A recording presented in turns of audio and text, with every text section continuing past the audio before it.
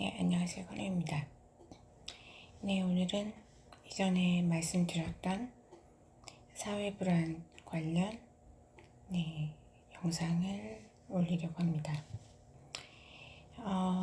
환자들을 보다 보면 대인관계에서 힘들어서 오시는 분들이 참 많습니다.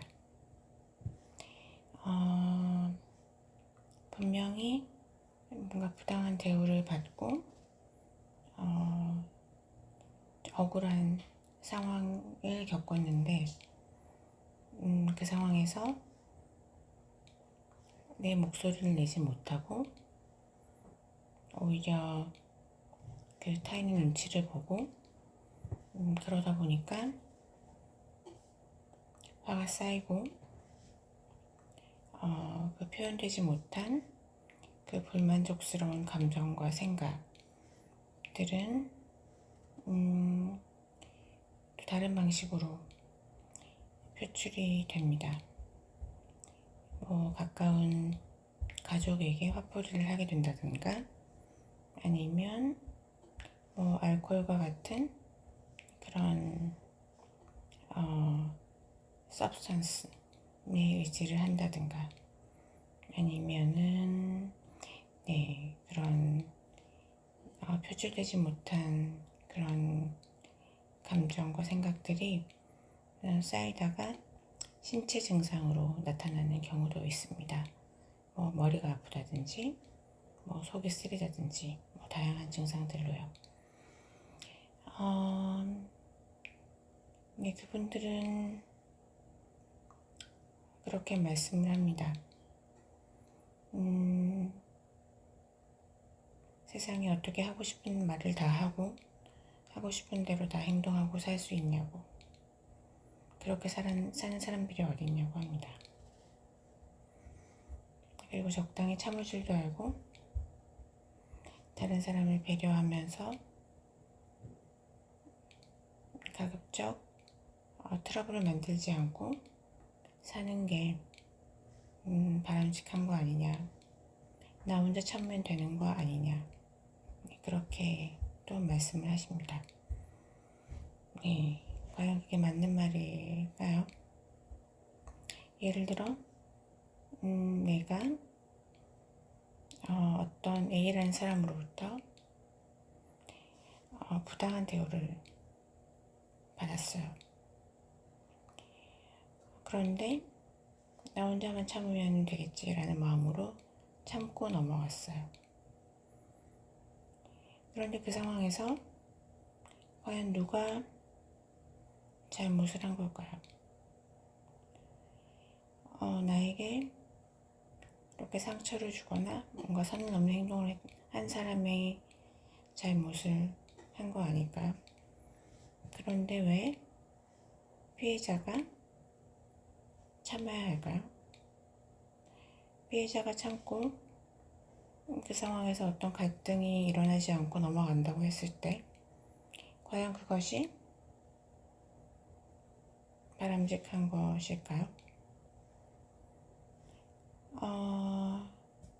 그렇게 될 경우에 그런 가해를 했던 사람들의 그런 행동들은 이렇게 해도 되는구나, 다른 사람들에게 이렇게 말이든 행동이든 피해를 주고 상처를 주어도 아무 일도 일어나지 않는구나 하면서 그런 역기능적인 행동들은 더 강화될 것이고, 또 피해자는 피해자대로 그런 불만들을 참았기 때문에 그게 어떤 식으로든 쌓일 거고, 그게 완성화되거나 악화되면은 어떤 저희 거를 찾게 되겠죠. 불안이라든지 사회불안, 화병, 여러가지 스트레스 반응들로 인해서 그렇게 될 것 같습니다.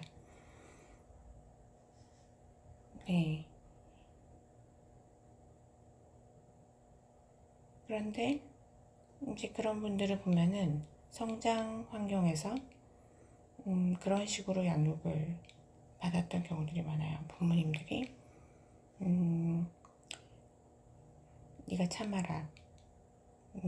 타인을 더 배려해라. 이해해라. 네.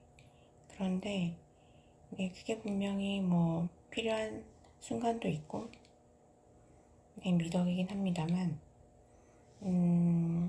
부조리한 상황에서 내가 부당한 대우를 받은 상황에서 그렇게 참는 것은 결론적으로 그런 행동을 하는 나쁜 남에게 피해를 준 행동을 하는 사람들의 그런 행동들, 그 반사회적인 행동들을 감화시키는 것뿐만 아니라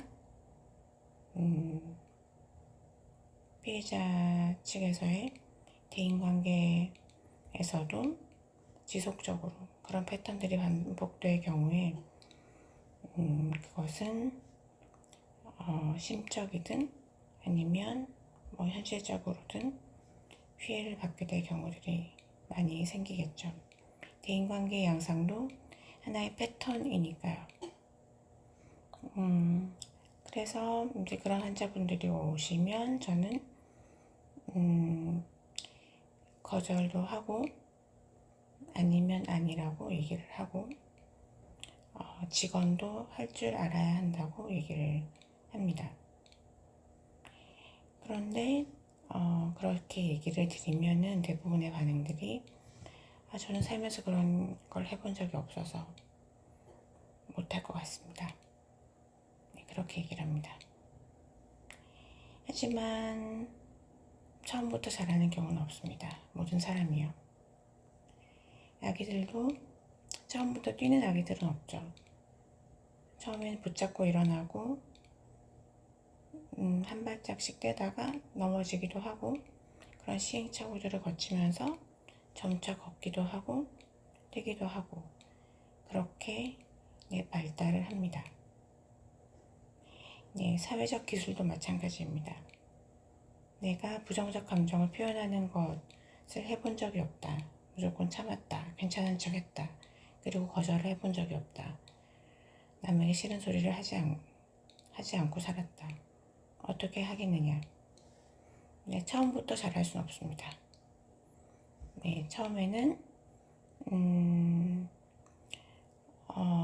굳이 그렇게 할 필요가 없는데 뭐 세게 그런 화를 내는 방식으로 표현되기도 하고 아니면 반대로 적당히 단호하게 표현을 해야 되는데 그렇지 못해서 내 의사가 전달이 되지 않기도 하고 하지만 그런 시행착오들을 통해서 감이 생기죠. 감이 생기면서 점차 더 잘하게 됩니다. 우리가 운동을 하면 해당 근육이 발달을 합니다. 마음의 근육도 마찬가지입니다. 어떤 행동이나 습관도 마찬가지고요. 계속 할수록 더 잘하게 됩니다.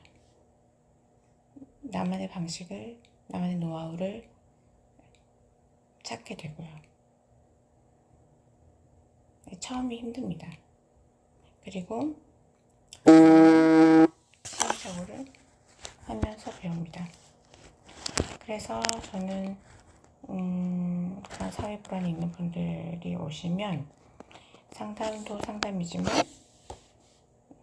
그런 행동 치료가 중요하다고 강조를 합니다. 그리고 그런 행동 치료 스스로 그런 대인관계에 나를 노출시키고 내가 하지 않았던 거절의 말이나 그런 쓴소리, 직원 그런 것들을 연습을 처음에는 물론 서툴겠지만 연습을 할 필요가 있다고 설명합니다. 그러면은 저는 그렇게 할 자신이 없고 실수할 것 같은데요. 남들에게 우스꽝스러운 모습을 보일 것 같은데요. 그렇게 얘기를 하면은 실수는 피해야 될 게 아니라 꼭 해야 되는 것이라고 얘기를 합니다. 왜냐하면 우리는 그런 실수를 통해서 배우기 때문입니다. 어떻게 실수를 하지 않고 더 잘할 수 있겠어요? 내가 A라는 실수를 함으로써 A라는 하나의 어떤 감이 생기는 거고 경험치가 생기는 겁니다. 네, B라는 경험을 함으로써 거기서 또 내가 깨닫는 겁니다. 실수는 실수로 끝나는 게 아니라 실수를 통해서 우리는 학습하기 때문입니다. 그래서 실수는 피해야 되는 게 아니라 반드시 해야 하는 것이라고 실수에 대한 컨셉을 바꿉니다. 그래서 꼭 한 번의 실수를, 하루에 한 번의 실수를 하자. 네, 실수는 꼭 해야 한다. 미션이다. 이렇게 환자분들께 말씀드립니다. 여러분들 중에도 사회 불안이 있고 네, 비슷한 맥락의 고민이 있으신 분들은 네, 참고하시기를 바라고 네, 실수를 매일 한 번씩 하자. 그리고 실수를 통해서 내가 하나씩 깨닫자. 그러면은 열흘 후에는, 30일 후에는, 1년 후에는 훨씬 더 내가 자신감 있고 자기 주장을 잘 하는 사람으로 네, 그렇게 바뀌어 있을 거예요. 사람의 성격이나 사람의 행동 패턴은 고정된 것이 아니니까요. 내가 만들어가기 나름입니다. 네, 오늘은 여기까지 하겠습니다.